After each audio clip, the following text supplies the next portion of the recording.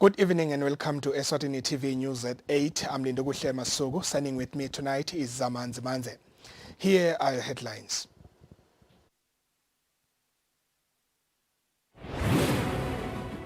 The HIV incidence rate is high amongst adolescent girls and teenage pregnancy currently stands at 16%. The Secretary General of Eswatini Tennis Association, Ngaba Mkhalipi, has encouraged the 8 teams under the association to start forwarding their nominations for the post of the president of the association. Well, let's get straight into the news in detail. His Majesty King Eswatini III has led the nation in dancing colorfully during the burning of the log at Eswatini royal residence. Regiments who participated in the event adhered to COVID-19 protocols.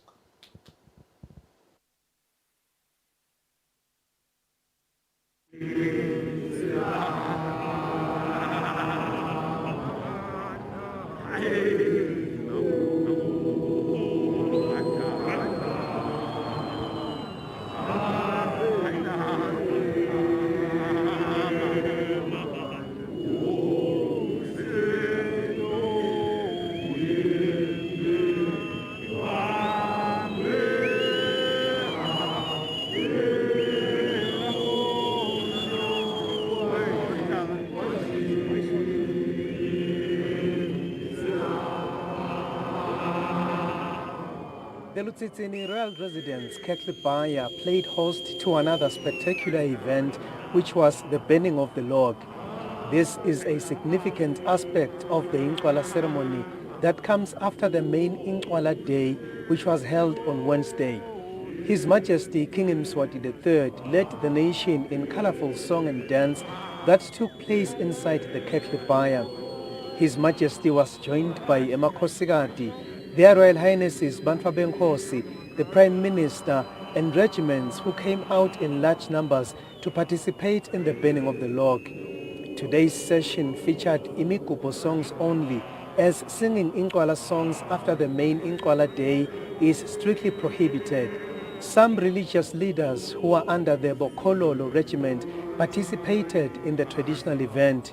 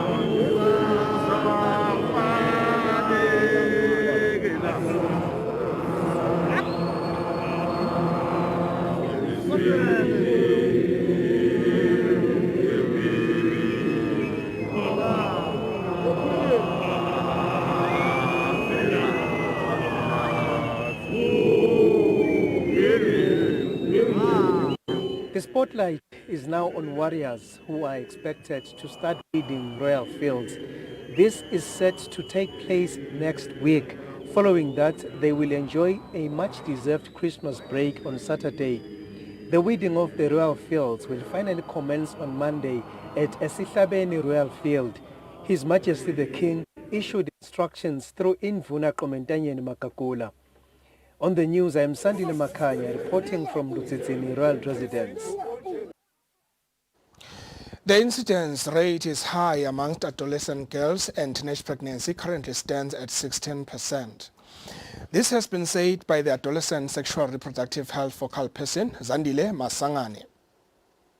Ministry of Health says there is quite a number of push and pull factors that contribute to teenage pregnancy and substance abuse, especially during the festive season.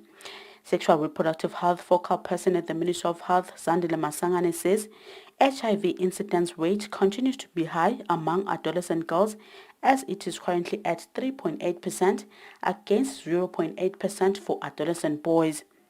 Silitiko nje silwendile nelicwaningo sibuka tindzaba te-HIV sabona ukuthi masibuka abantu labasha labana 15 to 19 kubafana kube 0.84% nasibuka i-HIV incidence sivinini lebathola ngaso i-HIV kuthola HIV ligciwane lelisha kubantu labasha bese kulaba besifazane kwaba ngu-3.84%. Tinombolo letinkulu leto nasibuka kulaba ba 15 to 19 ngiko sithi abatigcine batinakekele kanti siyathi phela ukuthi even nasibuka tinombolo tekutfala kubantu labasha siku 16.7%.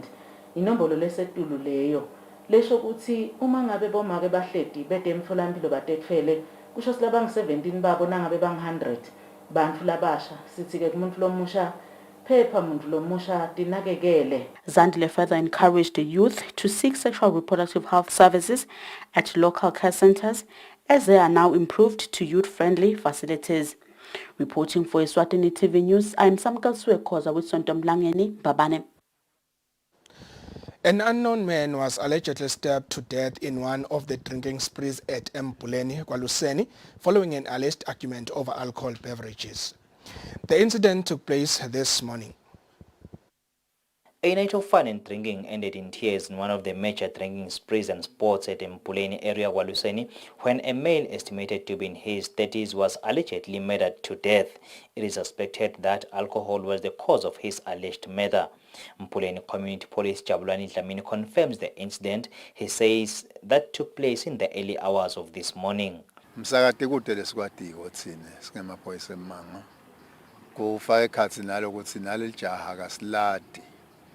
Ukuthi la kuphi kepha ke sibitiwe sabitelwa enzaweni lapho khona silikhanze selivele selilele phansi seliphangalele nalawo manqeba la khombisa ukuthi ligwaziwe.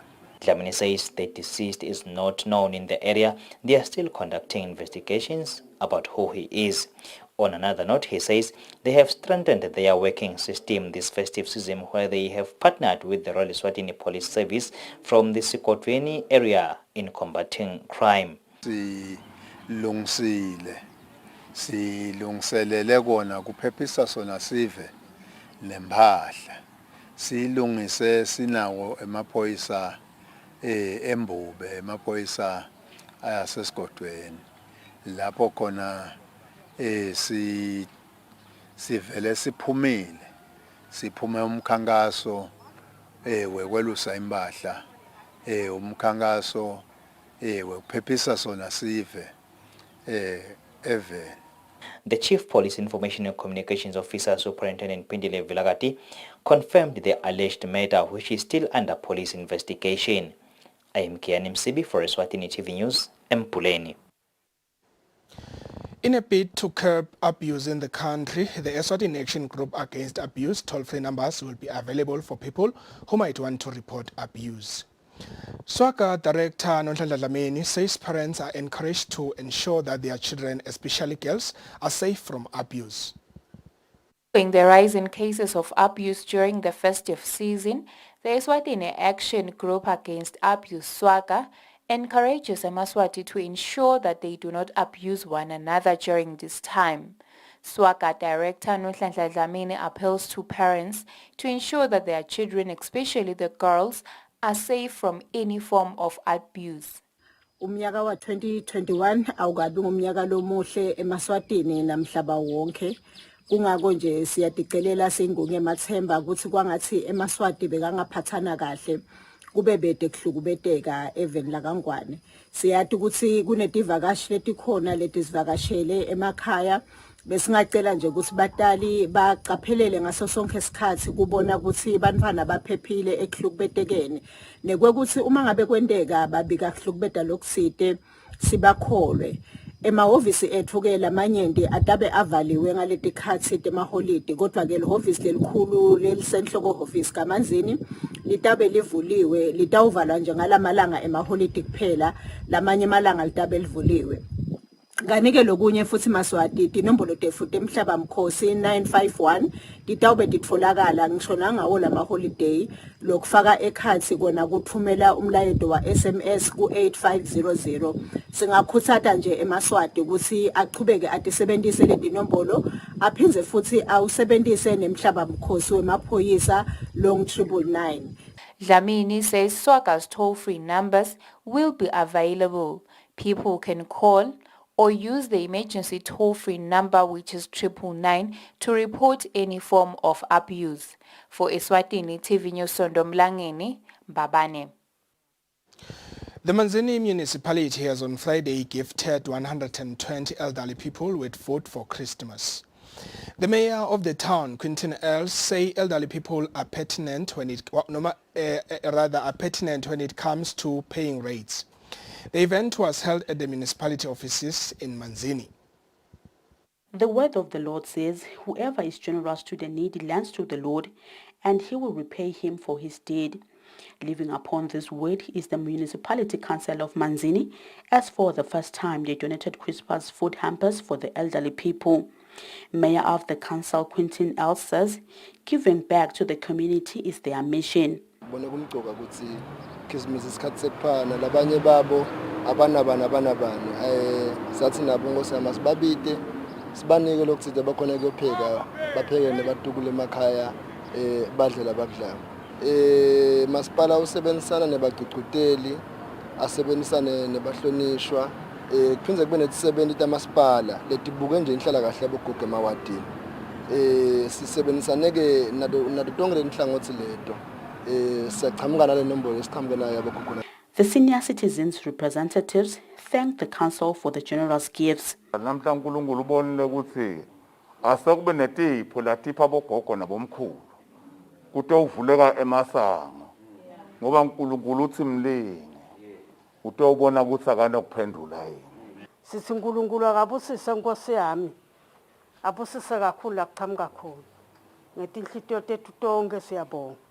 The mayor said this initiative will now be an annual event. The council will work hard to gather funds to support senior citizens under the council. Reporting for Eswatini TV News, I am Samgal Suekoza with Sondomlangeni, Manzini. The chairperson of the Transport and Logistics Task Team, Slangu Hlabati, encourages transport employees to use the country's roads carefully this festive season. Hlabati says transport owners need to ensure they provide sanitizers. Towns and public roads in Eswatini are already crowded as Emaswati are preparing for Christmas on Saturday. The chairperson of the Transport and Logistics Task Team, Sihlangu Hlabati, appeals to public transport drivers to drive with caution during this festive season. Hlabati says drivers should not drive under the influence of alcohol to avoid road accidents. Hlabati says drivers are advised to use the allowed speed. Siyathemba ukuthi ke siyathandaza ukuthi nokushayela sishayela ngendlela lefanele sime ukuthi sitawufika isikhathi ukuthi imoto uyipake ukhona ukuhamba uyodijabulisa kodwa nyalo sisasebenza siyacela nje ukuthi kube bethu umuntu loshayela imoto asadle lokungakafalela kuhle nesipidi sivame ukuthi nyalo ngoba abantu ama customer amaningi ajake kuye emakhaya bese siyenyuka ecelakala nje ukuthi siphathe kahle isipidi sehle siyabonga nje ukuthi kubude ingodle etinganani lesiTV lesitibonile letikhona ingodi emakhaya lokusho ukuthi sisiphethe kahle ngaba kunxusa kungaba kucela kubashayeli kakhulu nekubathandazela ukuthi basashayela leto timoto basahambisa sive babe nemoya lomuhle umoya wokuphila umoya wokuthi umuntu asithathe umuntu simyise lapha efanele aye khona ngaphandle kwengodi. Umthetho we-COVID-19 loshaya kulomnyaka ophelile ngaDisemba solo usekhona solo uyasebenza kakhulu public transport solo uyasho ukuthi yonke imoto kufanele ibe nawo umuthi wokufutha tandla He further advised passengers to avoid eating inside the public transport as this exposes them to COVID-19. He further appeals to transport owners to provide sanitizers. For Eswatini TV News, Sondomlangeni in Lozita. The Eswatini Electricity Company's communications officer, Kaya Mavuso, has asked parents to ensure that children do not play near electricity poles that may contain live wire, as doing so can result in danger and loss of life. Mavuso says their staff will be operational this festive to ensure that there will be no power cuts experienced. The Eswatini Electricity Company has assured the nation that there will be no power cuts or minimum if there would be any this festive season to ensure that people enjoy themselves without having to worry about power cuts during the holidays.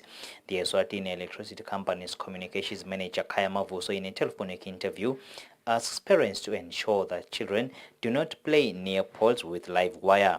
Mavuso warns of dangers associated with electricity.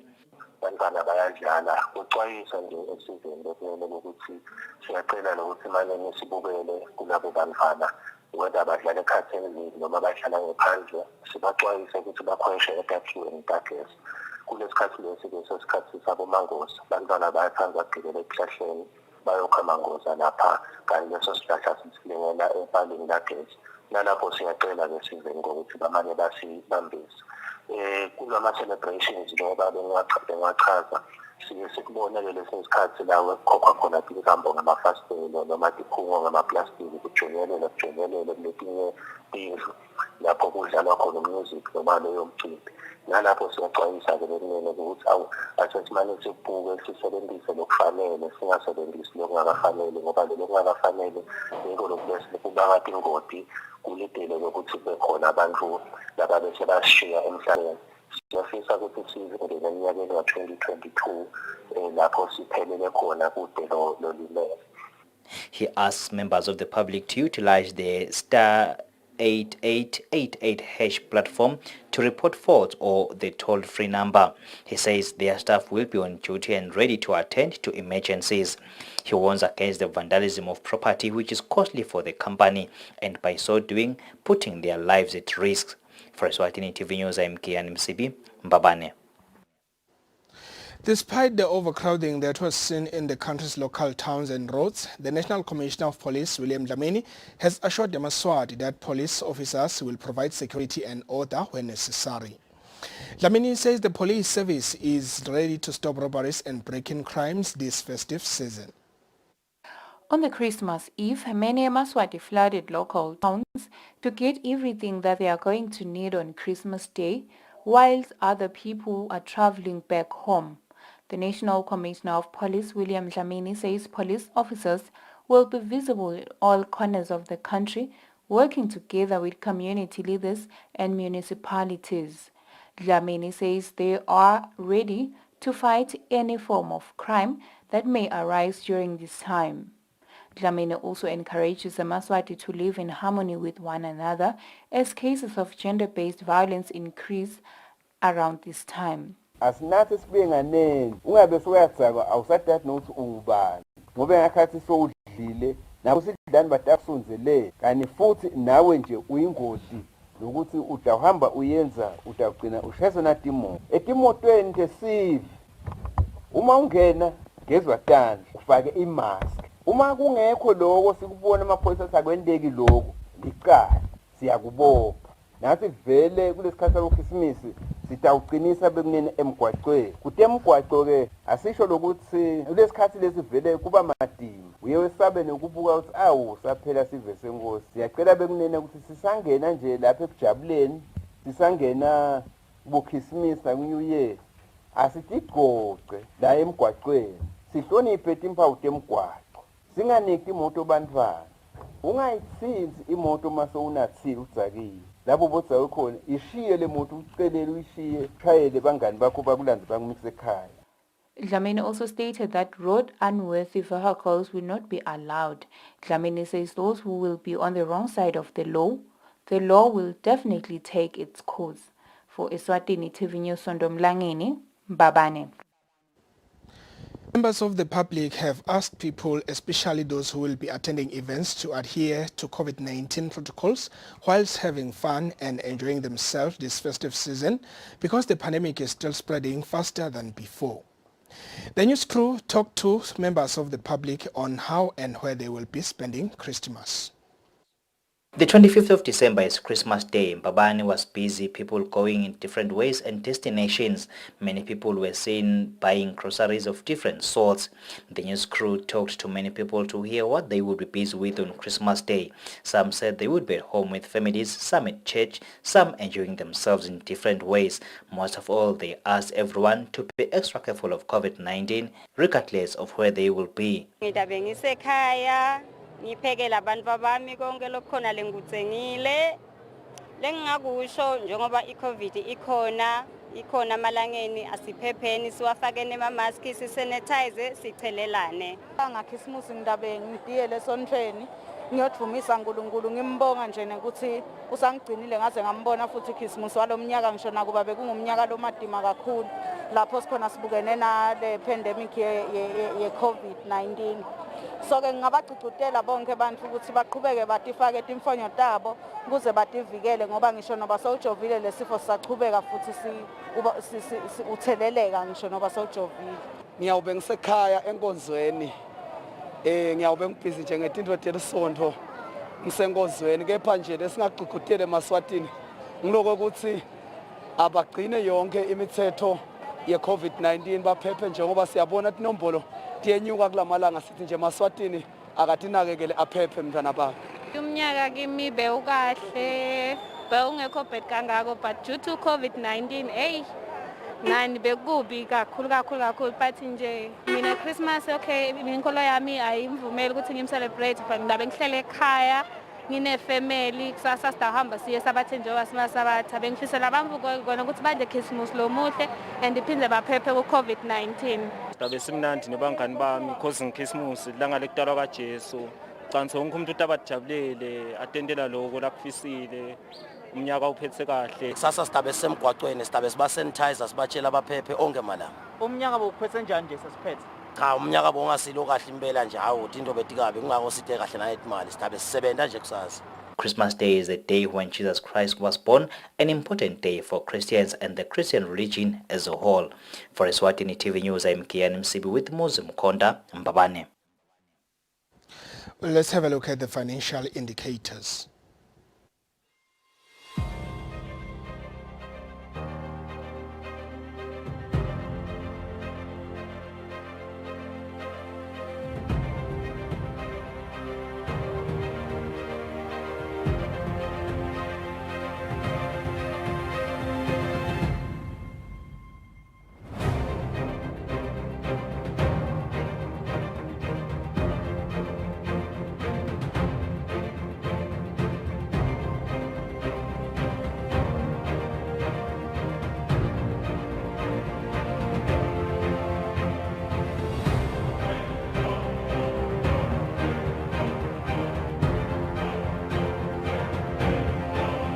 Standard Bank. It can be.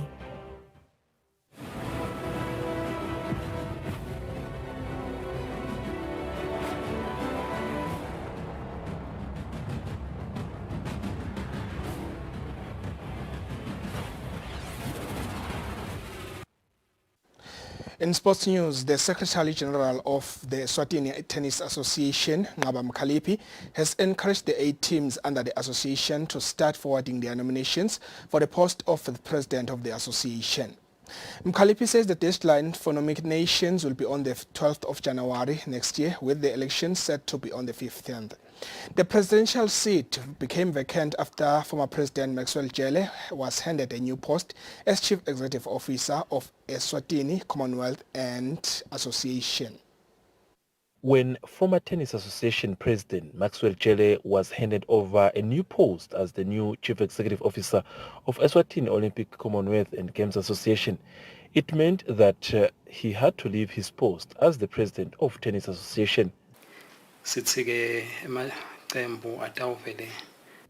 association's Secretary General Ngaba Mkhalipi says the 8 tennis clubs who are eligible to vote for the post should begin by forwarding their nominations to who they think deserve to be the president. Mukalipi highlighted that the nominee should be a person with the knowledge about tennis and sports fraternity at large. Sitawukhona ukuthi sisebenze umsebenzi wesive siwusebenze kahle. Mukalipi concluded mentioning that the deadline for nominations will be on the 12th of January next year, with the actual elections on the 15th of January next year. For Eswatini TV Sports, Fabrice Msonera, Mbabane. We've reached tonight's bulletin, but before we leave you, let's have a recap on the top stories. The HIV incidence rate is high amongst adolescent girls and teenage pregnancy currently stands at 16%. The Secretary General of Eswatini Tennis Association, Ngaba Mkalipi, has encouraged the 8 teams under the association to start forwarding their nominations for the post of the president of the association.